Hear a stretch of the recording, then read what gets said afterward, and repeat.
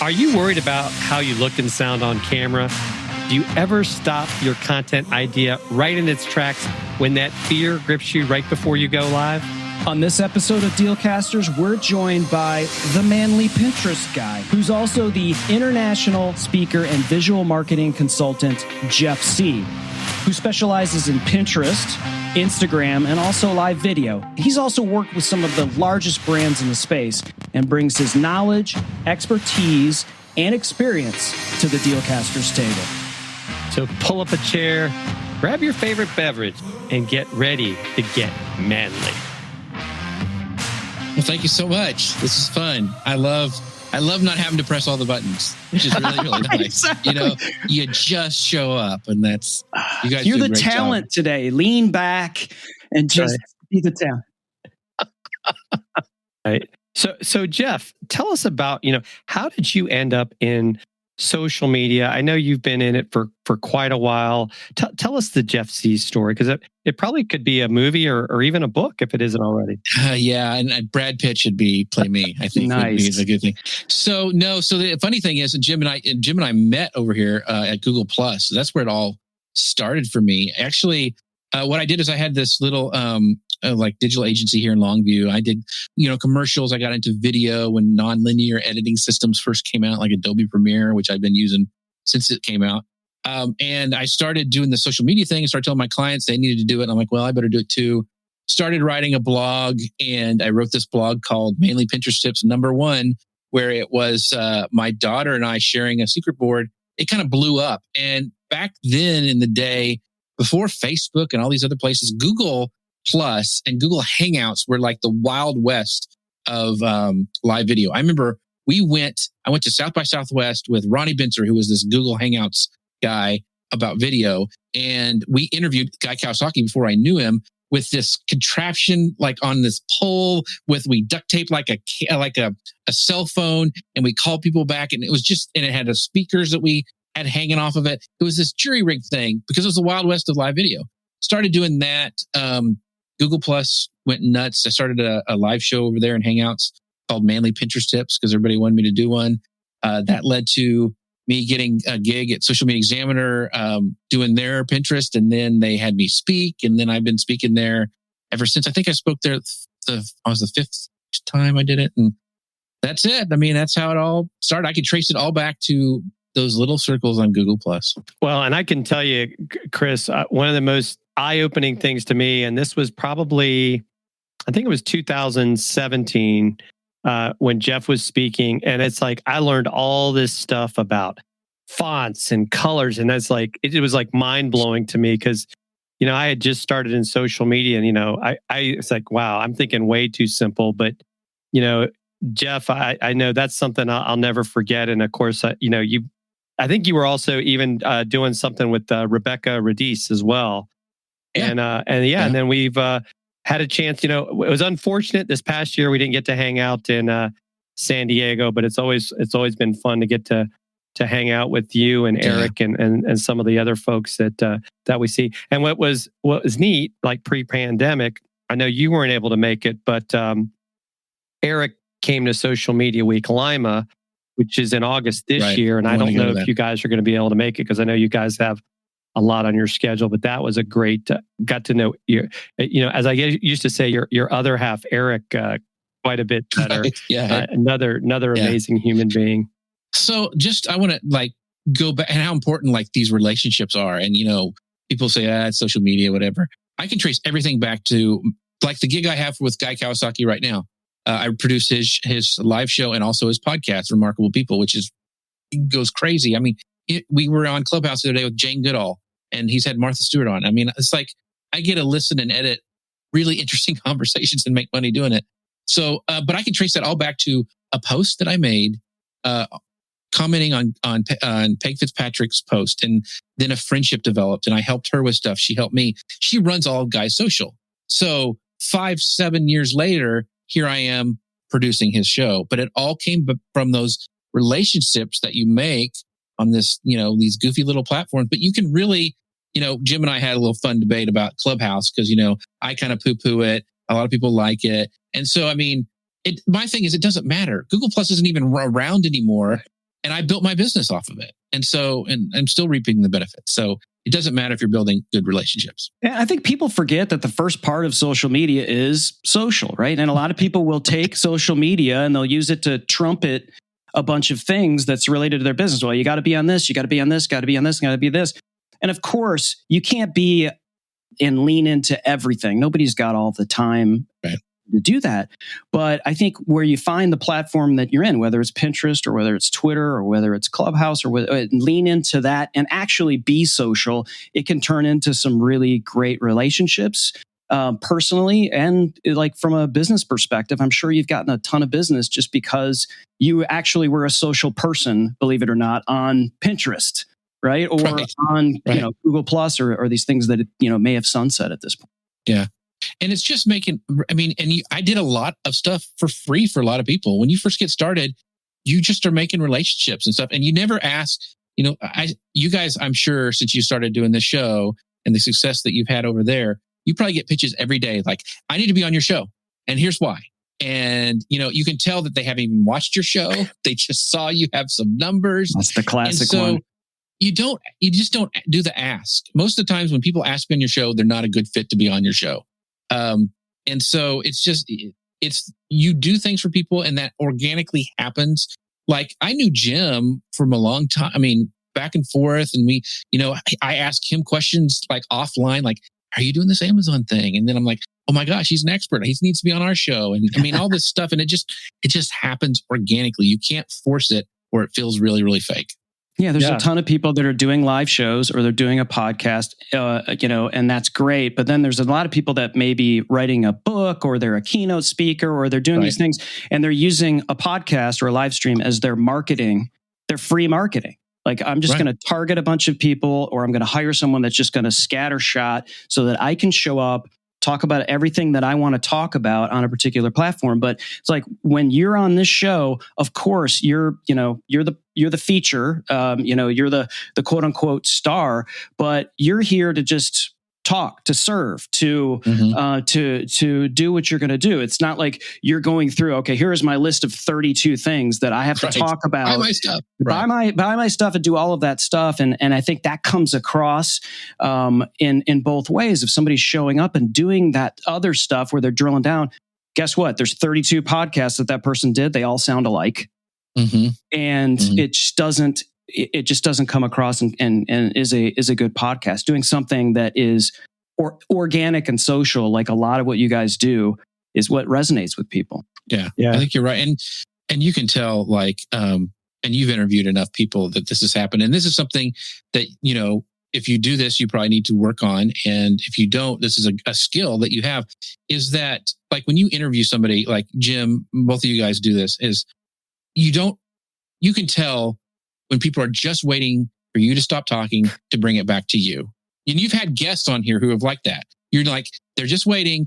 Okay, let me tell you about my new course because I've got this really course and all you have to do is go here, here, and here.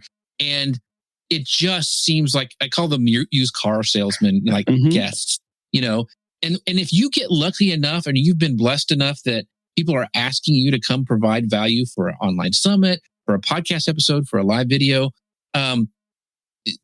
if you are doing the interviewing, you always make the guest the feature, like you guys have done here. When I had Jim on my show, I wasn't talking about everything that I did. I was like, Jim, so how do you feel about this? And why do you do this that way? They are the focus of the attention, like you guys do. And if you can learn that, then you are going to be super valuable to be on other shows because people really want that kind of conversation and relationship. Yeah. And your show won't be boring. Because it'll be the same thing every time. It's like, that's fantastic. That's great advice, I think, for podcasters, for live streamers, for content creators. Just be real in that situation. And if you want to market yourself, just make yourself searchable, right? And then when you show up in places like this, don't be spilling the same sales information you did on 48 prior podcasts. That's awesome. Right. And that's the thing too, Chris, watching Jeff, whether it was when he was on Social Media Examiner's show with Eric or just even with his new show, that's one thing I always admire about Jeff is he practices what he preaches, right? He's always helping everyone learn, get better. I mean, even when I saw him speak in person, right? It wasn't like he was like, hey, if you want to become part of my course, do this or that. It's like, hey guys, here's some free stuff to make you smarter. I've never felt like Jeff is a salesy guy. And I think, and like you said, we've done a lot of, behind the scenes communication, they used to, they were struggling for a while to get on LinkedIn Live. And, I was humbled that he would reach out to me because I was like, I got kind of lucky how I got on LinkedIn Live. And we know there's still a ton of people out there like, how do I get on LinkedIn Live? It's, I don't know. That's a good question. Yeah, it's a crapshoot. Yeah. Do we want to now? I don't know. I've really enjoyed the engagement that I have had because you guys have, this is like Amazon Live. If you're watching somewhere else, you need to come to Amazon Live because that's the focus of this. Ours is just like going news and going everywhere. And Amazon is a destination, which has been great because we're making money over there. But LinkedIn Live has a great community, and I've had some really good success of building that up because I don't know, just people are talking, and it's still awesome. It just feels more than Facebook is sometimes, I guess. Oh, I would definitely. Maybe it's the right show. It's the right show on LinkedIn. I think there's a lot of you're probably stuff right. out It's probably there. a good, because it's about news and social media and stuff. So you're probably right about that, Chris. Yeah. So Jeff, what really got you started, I guess, in live streaming? Because even and I know we talked about this the other day that maybe you're going to bring it back this summer, but you've even had some fun stuff where you were doing wood carving, right. And while you're wood carving these projects, right? Like Chris, he literally does this over a series of shows, and he has a conversation with the audience. It's really a lot of fun. So who knows? Wood carving could be coming to Amazon Live. I thought about doing it because that would make sense over at Amazon because people are always asking me where they get the knives and the tools and all that stuff. And I was doing it on Twitch. I originally started that just because I saw Mark Schaefer do some painting, and I thought that's really good. It was right when COVID started and everyone was locked down. Everyone's kind of freaking out. And I just did it mainly I went live every day for 2 or 3 weeks and just sit there and just talked. I had a topic what's your favorite movie and whatever. And I just carved and showed them the processes. And people thought it was like that ASMR, where the people, hey, hello. I was like the wood carving bearded Bob Ross is what it turned out to be. And they really liked it. And that's the one thing. And I don't know why I haven't done it. It's time. You know how that is.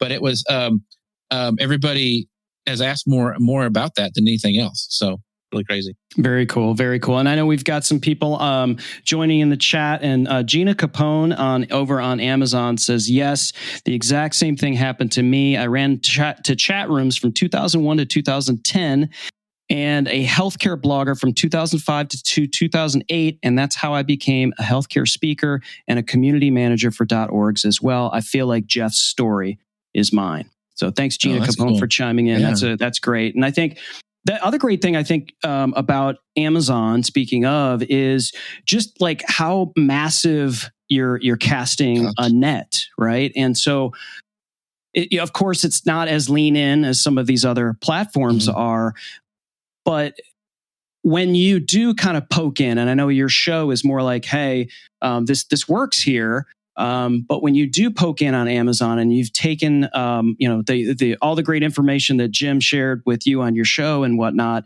what have you learned from your experience on Amazon? What have you sort of taken away? Well, it reminds me of the Wild West of Hangouts on Google Plus. It really does. But I think that, the views that you get and even the time watched are really higher compared to some of the other platforms.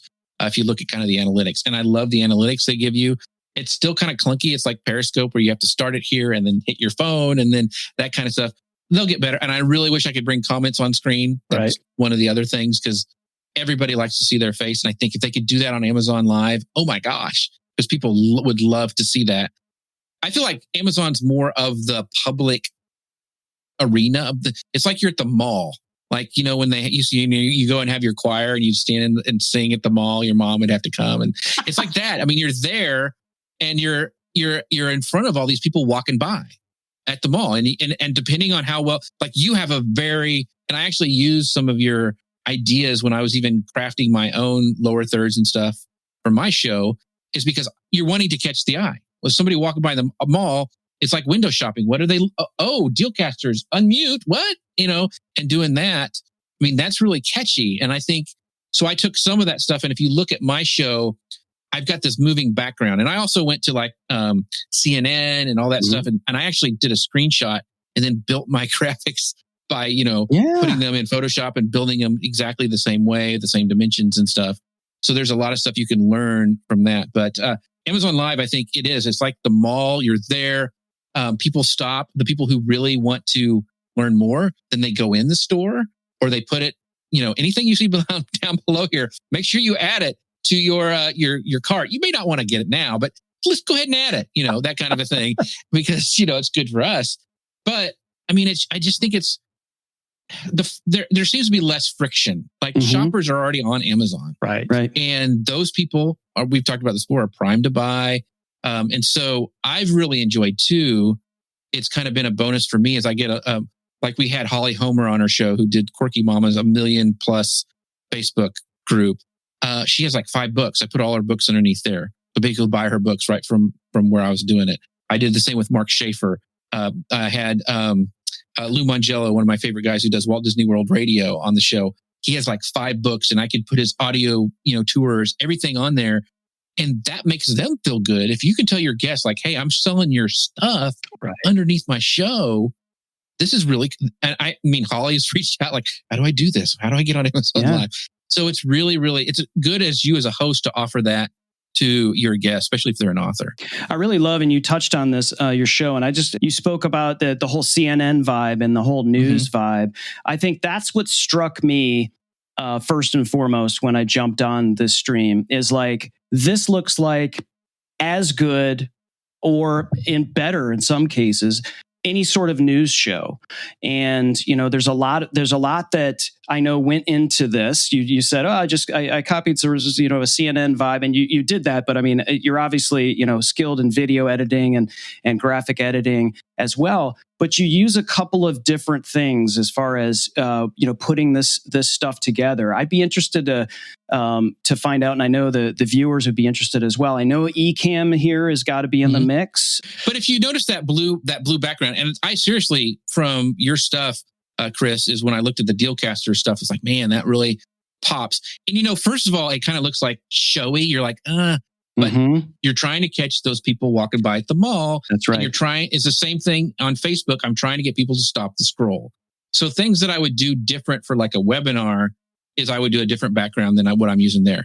That blue background that was going, that is totally designed for them to catch the eye. I've also broken all of our shows, and Grace Duffy, my co-host, she's been on it, and she came with me from Social Media Examiner. She's always been the producer behind the scenes, and we break down the show and we kind of streamlined it to 3 segments that we have. All those segments are programmed into my Stream Deck. So I can bring up like the opening title that comes up, and then I can bring up the segment and I have all of them laid off across the top. Well, right below each of my guests, I have their title. So I can bring up their lower third. So like I already have this still programmed. I'm not Jim Fuse, but I still have Jim Fuse programmed on my Stream Deck that I can just do there right underneath where I can toggle his camera. And then I have the same thing for Grace. So I have them laid out in grids in the same way with all my calls to actions and also all of my titles and whatnot that I'm bringing up. Like when Jim was on, our title for the show was getting started on Amazon Live. And so I just had that going. And then when we went to the next segment, it was setting up. How do we set it up? And so I could just easily toggle that. Right. And then, and then why should you go live? So we had those 3 segments that I have programmed into the Stream Deck. And so it's really simple if you set them up to do. And I love the Stream Deck for switching cameras and doing all that kind of stuff, doing lives. I mean, it's overwhelming if you think about it. And I've been doing this, like I said, through the Google Plus days. You don't need to do all that fancy smanchy stuff when you first start going live. But just like Chris does at the beginning, where he has the unmute thing, all that stuff, you can add those things as you start getting more comfortable. And the cool thing about live video is like, if you mess up, it's not that big a deal. No one has ever went, I'm not watching your show anymore because you had the wrong lower third up. Nobody's, because I'm all the time, I'll put like, Jim was up the other day and I may have had Grace's thing up. And I'm like, sorry. it just happens. But nobody's ever left my show because of that. Yeah. So Gina's got a question, Jeff, and she's like that she's always been more of like behind the as you said, computer screen type of person, wants to get started with, I guess, being on camera, but she's nervous. Do you have any tips on how to make that transition? Yeah. So I get nervous every time I go live. I got nervous before I went on this show. It's just use that to kind of spur you on to go on. So the other thing you do is practice. I practiced before I really, like when I even did this new show layout that Chris showed at the beginning.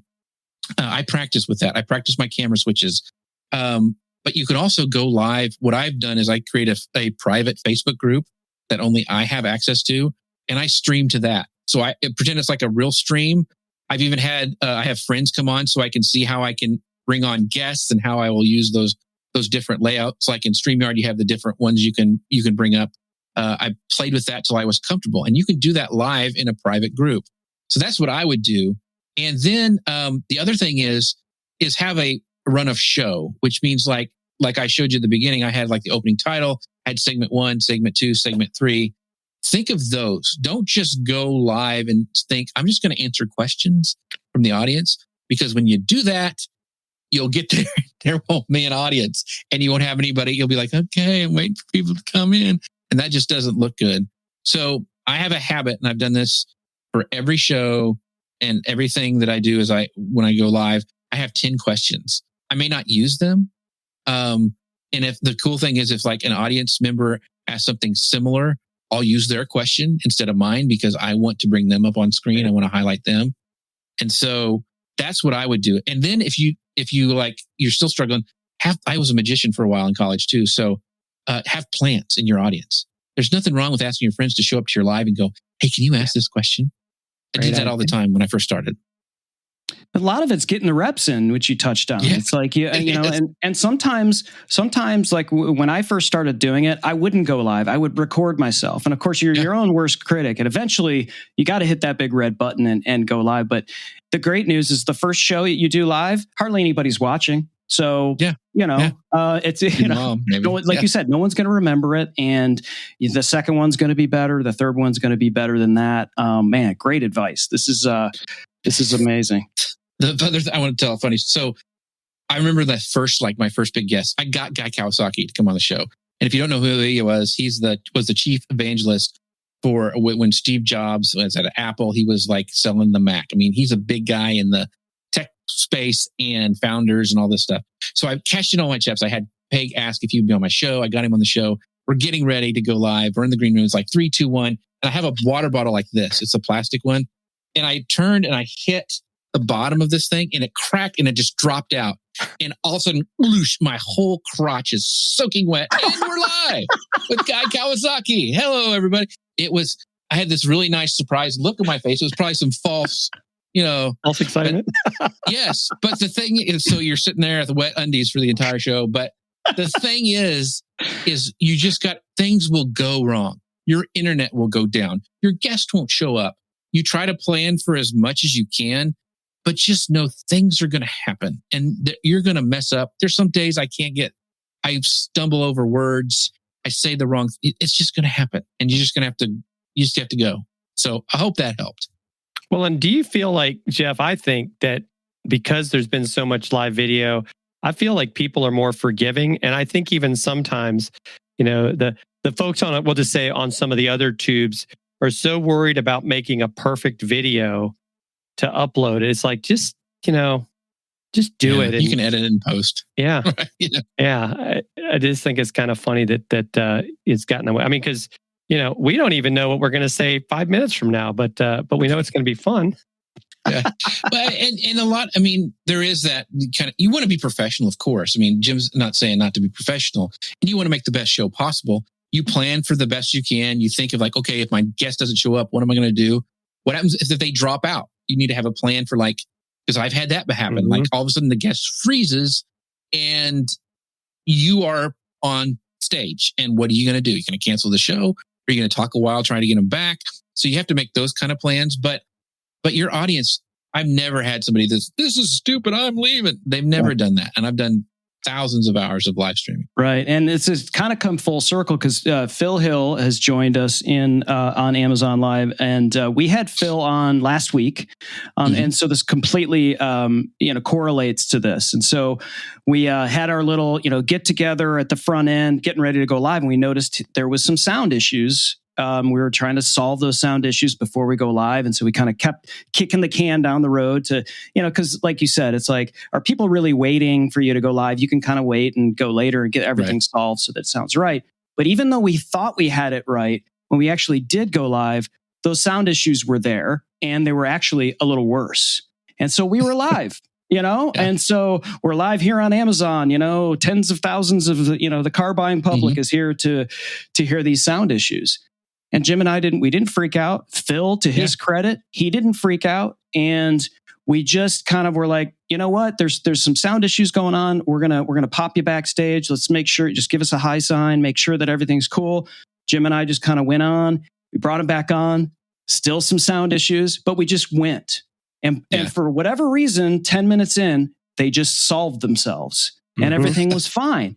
But I know some people, Jeff, would probably like freak out and wet themselves. It wouldn't be actual water, and then hit stop and just like go cry and cower in the corner. And it works against you in that situation. If we didn't hit red and go live, we wouldn't have learned something. And I felt like a great interview with Phil Hill. Absolutely. And the lady who had the question before about nervous going live at first, it is a lot easier. And that's why I did it. When I first started the Manly Pinterest Tip show, I had 4 other guys and we pretty much asked one question and we go down the line and the show was over. I mean, it was really easy. So it's always easier if you do have a partner you can go live with, because you can, I call them like Periscope videos, when it's just you talking and you're like, you're trying to figure out. It's a lot easier if you have somebody else, a guest that you can interview, or you have like what Chris and Jim have done and what I do with Grace on my show, have somebody there that you can bounce things off if things don't go right. I mean, Grace and I are always talking. We have the notes up, a Google Doc, and we'll be like, hey, he already answered this question. Let's skip it. And so we're talking amidst, and that's a skill that you'll develop as you do more and more. But there's stuff that happens behind the scenes, and it's easy. Like if I'm like, I need a drink of water, I can leave her on, full screen while I'm getting something. Or if I'm trying to diagnose a problem, like why does this guest have an echo or something like that? Having another person's really helpful to have that kind of buffer. I think that's a great point. In fact, because I started my live streaming with Tim Sohn, and I think that was the whole thing. If I didn't have Tim as my co-host, I don't know that I would have stuck to it, right? I think even it's that whole, like, it's an accountability partner. Like, okay, we're going live every week, and so it's like that pressure's on. You don't want to be the one that says, oh, I don't want to go live this week. You do it without me, And so I think, that's something, Gina, that you might want to consider. Is there someone that you get along with that maybe you could start a show together? I definitely think that helps. I mean, what's funny is when I got approved for Amazon Live, I think, Chris was the first person I talked to when I was like, hey, Chris, I just got approved for Amazon Live. You want to do a show with me? And we thought of the show name and everything, because it's like, I watched, and you've watched them as well, Jeff, some of what these other people do. And it's like, I'm not going to be this guy that's going to sit there by myself and say, hey, this is the stand of the Samsung Q2U. This is great. What do you think, Jim? Never try to sell that one, Jim. That comes with the mic. Yeah. But not a good salesman right there. Yeah. So Jeff, let's talk a little bit about social media news live, if we could. And those that are watching on Amazon, or maybe they're listening to a podcast later when we repurpose it. I think what you guys do from a run of show perspective, and you've touched on it, how you and Grace sort of work together really well as a team. But you start the show, and then there's a kind of a pre-show sort of conversation, and then you fire up the podcast machine as well. And so for those that are on Amazon right now and they're watching and they're listening to us, and you don't know that there are podcasts available to you on Amazon, all you got to do is download an Amazon Music app for free and download Social Media News Live. Here it is on Amazon Live with the manly bearded one, Jeff Sieh, on the cover. Why is Grace not on the cover, by the way, Jeff? I know we need to. So when we first started, it was still up in the air if she's going to be able to join me or not. And so luckily, we need to redo a lot of different artwork. So you know how it is; it's all a work in progress. Right? Oh, absolutely. And look at this latest episode is with some guy named Jim Fuse. I know, talking about Amazon Live. How amazing is that? And that was a good show. That was a really good show. But you've had really some, and this is a testament to how not just the people but how connected you are, and these are incredible amounts of information, like how to maximize Facebook, but specific Facebook stuff from experts that's current, TikTok, right here, the Rachel Peterson show, and of course Mark Schaefer, who's a legend as well, and YouTube Shorts with Rob Balasabas, who's with TubeBuddy. This is a fantastic podcast, and so for those of you who are on Amazon, didn't know that this existed for free, be sure, of course, you can listen to Dealcasters later, but go listen to Social Media News Live. So Jeff, when you guys are doing your run of show and you're doing that, are you just basically, okay, this is where we're going to start basically the recording of what becomes this audio podcast? Is that how that's going? Yeah. So, and I've debated on how to, and Grace and I are always kind of refining the beginning of the show, because we started really when you look at our earlier episodes, we had kind of a long lead in before we got to what I call the kind of the meat. I like to have that, like, hey, welcome to, because usually I'm laughing with like Jim behind stage, and it's hard to have like a clean break when you go live. You're still laughing about something somebody said or somebody didn't like, are we live? That kind of thing. And so, and also I like to talk to my audience then. I like to like, hey, because as you do this more and more, the same people will show up every time. Well, those are your super fans. Right. And I really want to call those people out. Like, hey, Sally Howe, you come watch everything. Thank you so much for being here. We appreciate it. We'd love for you guys to share this out among the socials, blah, blah, blah, blah, blah. Calling anybody who wants to know about this kind of stuff. I like to do that. And then kind of, because somebody may have a really good question that I want to have. And it also lets the live kind of kick off, it doesn't, unless people have signed up beforehand, other people, they're discovering in their feed. And I like to have a little bit of time. It's not long. Mm-hmm. And then we go into like, hey, I'm going to start the podcast machine. That gives me a clean break for when I repurpose it for YouTube, and when I also repurpose it for my podcast. But I also go back and I edit that pre-show stuff out on Facebook and LinkedIn. And that gives me a hard break to do that in. So Smart. If people watch the replay, boom, here we're starting the show. And so that's kind of why I do that. And the same thing at the end, I'm like, usually there's some questions that I haven't got to, but I want to make sure that the guests have time to leave if they need to, but we'll cut it off and say, hey, Jim, this was great. That was so funny. You said that, blah, blah, blah, blah, blah. And, and I'll bring in some more questions. Sometimes we'll go, hey, we're going live to Clubhouse. You guys want to continue this conversation? Or, just some fun stuff at the end. Like when we had Lou Mangello, I did a Disney trivia thing where I bought a t-shirt of his and gave it away and that kind of stuff. So we kind of do that kind of fun stuff at the end. But that's kind of what and then we may change it. I mean, the show format will probably stay the same, but that we may trim or move or try different contests or whatever. But that's kind of what we're doing now. That's great. And that's one of the great things about podcasting. And a lot of times in live streaming, I know there are some rules, but generally there isn't rules. You can kind of like let your viewers, let your super fans, as you say, kind of dictate the way you should kind of flow. I mean, you got to stay true to what you feel is your thing and your show. But that's the cool thing, is you don't have to go, oh, well, we have to take a break here because this company said I have to do this, that, or the other. It's like, you don't have to do anything. You could do, that kind of stuff and buy a shirt and go live on Clubhouse and do all that fun stuff, experiment, see what works and see what sticks. If it doesn't stick, all right, cool. We shot our shot and now we'll move on to something else. That's great. That's right.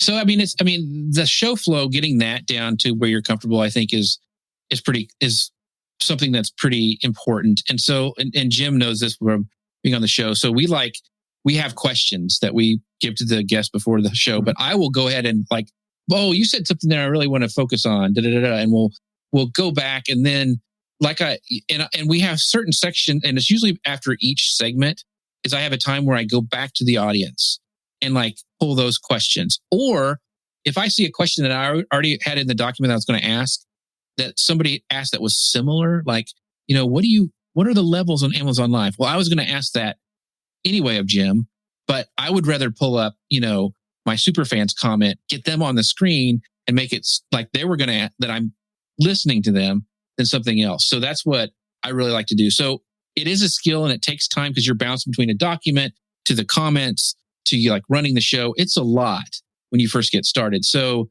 that's why it's great. Like we've talked about before, is having a guest or a co-host that you can count on and that kind of thing. So it'd be really hard to do all that by yourself. Yeah. Now, Jeff, what really drove you to start Social Media News Live? Because I'm sure you had other opportunities that you could have gone with, but what made you think of this format? Well, Grace. So one of the shows that we did before for the company that shall not be named. No, we've already talked about. But we were doing shows over there, and like one of our Instagram episodes had like 15,000 views on YouTube, and we had like 2,000. I mean, I remember looking at because the Stream Deck actually has how many viewers you can program to show how many people are watching you, and I'm like, we have 500 people watching the show right now live, and I'm like, okay. And I knew Grace and I worked well together. And when they, Mike wanted to take over the show, and I'm like, I still want to do the show the way we did it. And we had some limitations we couldn't do. I couldn't ask certain people, and I like to ask people who interest me. Right. Like I want Jim on the show because he helped me with stuff, and this is valuable information. And I know Jim, knows his stuff. I want to have him on the show. I can ask who I want, so I'm in control. So that was a big thing. And I knew there was already an audience for it. I knew that it is a struggle starting from zero after you've had so many people watching you live on one channel going and starting from nothing. It's really tough. And it's a big blow to your ego when there's 5 people like, oh, hey, everybody.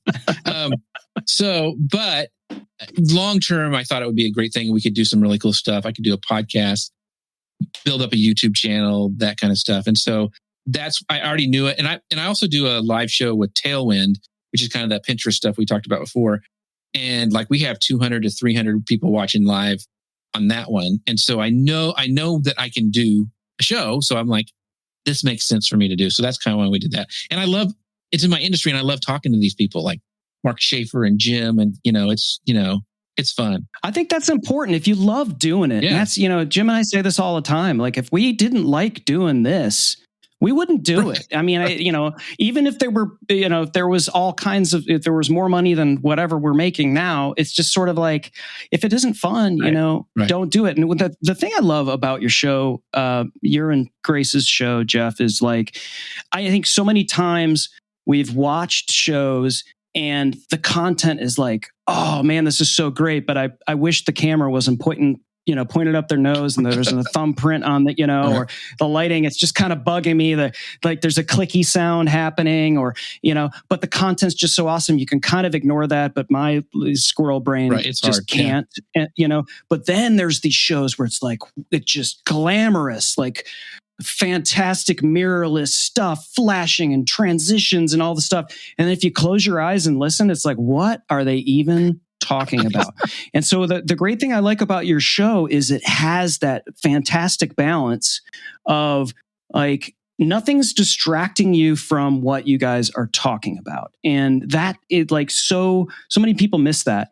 And you want to have that professional slick look, and you want to have those pattern interrupts, and you want to go, all of that stuff, but not for the, at the sake or at the risk of losing what you're trying to say. And what you guys are talking about is just fantastic. The guests that you guys are having, just fantastic. And the show is really pro. So those that are watching right now or listening on Amazon, please go to Social Media News Live and check out this show. It's kind of the best of both of those worlds. So congrats and kudos. Well, I think it's fun too. Is like I mentioned before, is that I interview people who interest me, like who I've seen. I'm like, I always want to talk to, and to be honest, I would rather have Jim Fuse on and Chris Stone than I would Gary Vanderchuck.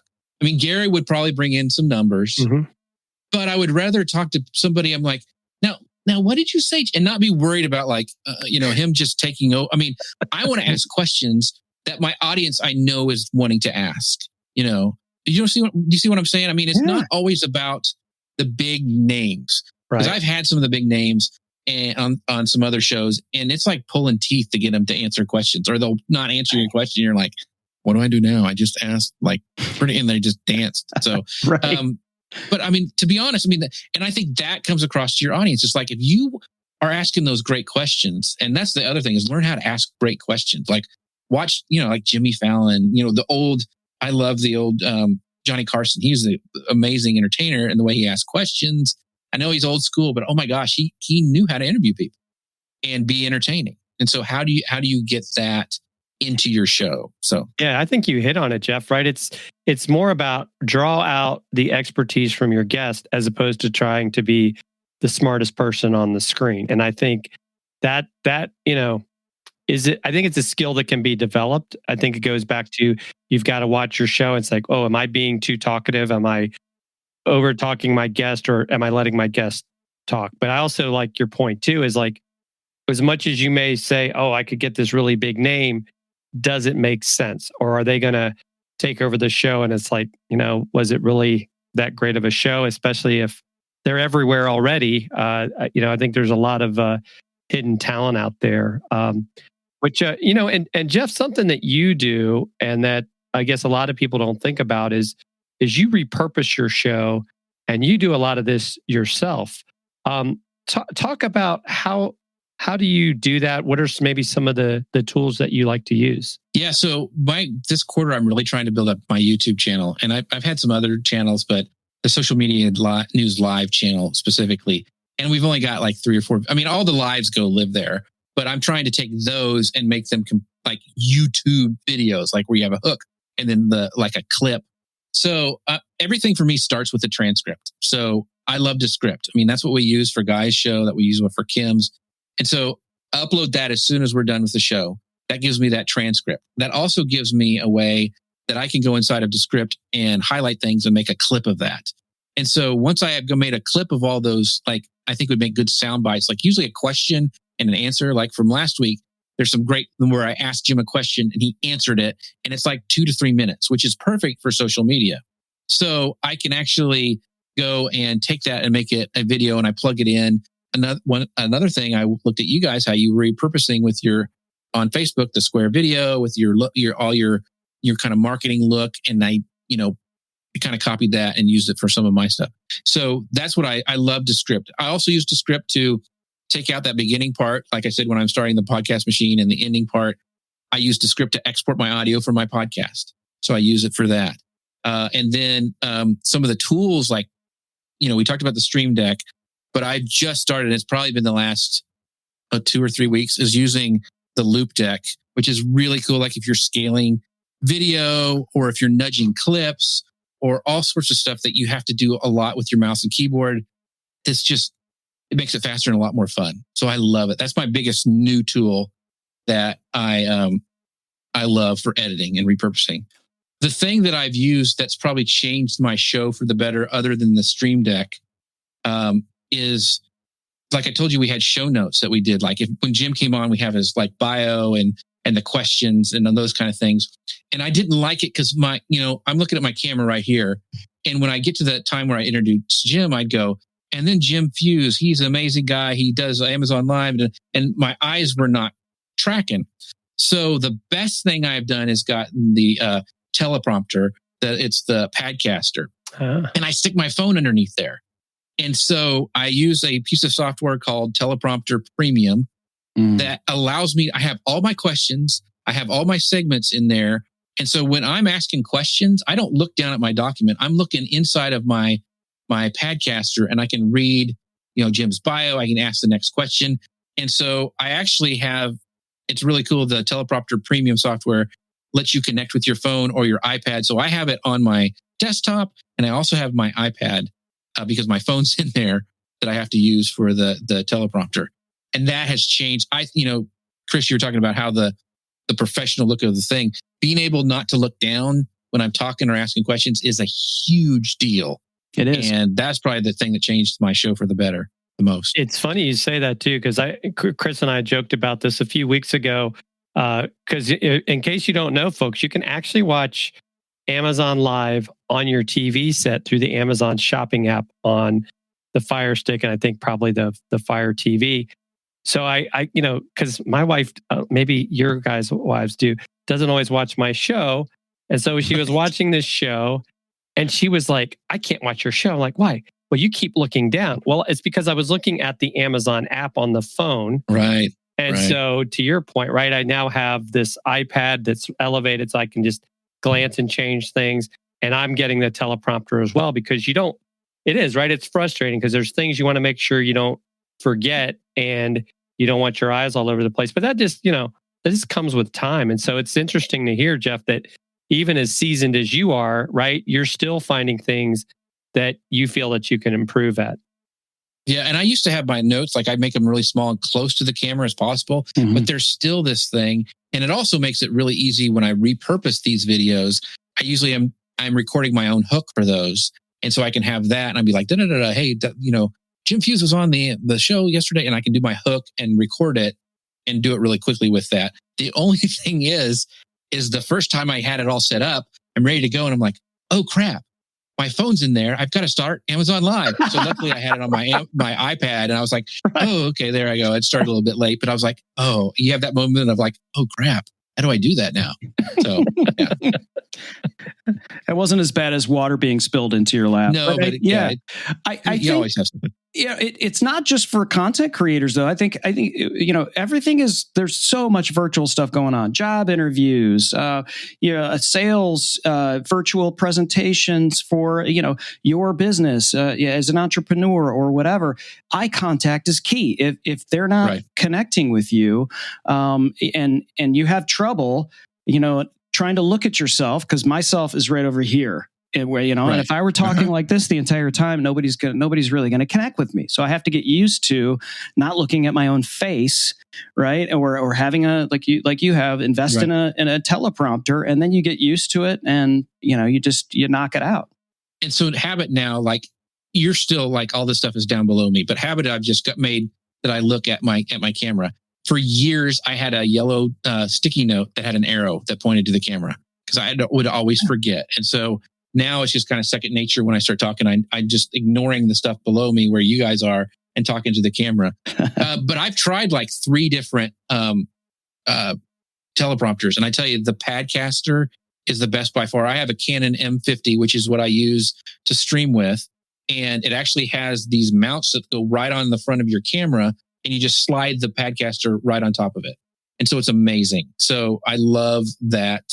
I mean, I've tried like 3 of them. Like I even have a big iPad one that mounts on my big camera and all that stuff. But it's the best. So I love it. But you don't have to do all this at the beginning. Like you look back at the first stuff I didn't have a background. I was using my iMac camera. I had probably the mic that was on my iMac, and I eventually got a Yeti. And then 2 years ago, Heil sent me the PR40, which is what you're hearing right now. Great mic, yeah. And so I love the PR40. It's a great, amazing mic. And so Guy Kawasaki actually bought that after he bought. So I use that, and I use the Rodecaster Pro because I like to do all the, the sound effects and all that kind of stuff and do all the cool stuff. And it also does a backup recording, and it goes, my mic works with that. Well, Guy bought 2 of those, one for upstairs and one for downstairs. Wow. Because he likes to sit and I actually am able to plug in my phone into the back of the Rodecaster and use my good mic when I do Clubhouse. And so Guy saw that. He wanted to have a different setup for his Clubhouse studio versus his. I'm like, okay, third world problems there, I guess. So, gosh. This is awesome. Yeah. I mean, we're going to have to have you back, Jeff. This has been an amazing conversation. Oh, it's been fun. Nerding out about all this stuff. Yeah. I like it. Yeah. Maybe we'll do an episode. You can teach us how to use the loop deck once Chris buys. Yeah. See, it's amazing. Jim wants me to empty my bank account right now, Jeff. That's what he wants. Just sell one of those guitars behind you. That's all you need to do. They're props. That's a green screen. Look away. It's all in Zoom. It's all done in Zoom. Yeah. Right. Oh my gosh. Man. Yeah, this has been awesome, Jeff. I mean, you've given so much of your time, and this is one of those ones where I get to the end of it, and of course, this being somebody who's doing production kind of behind the scenes.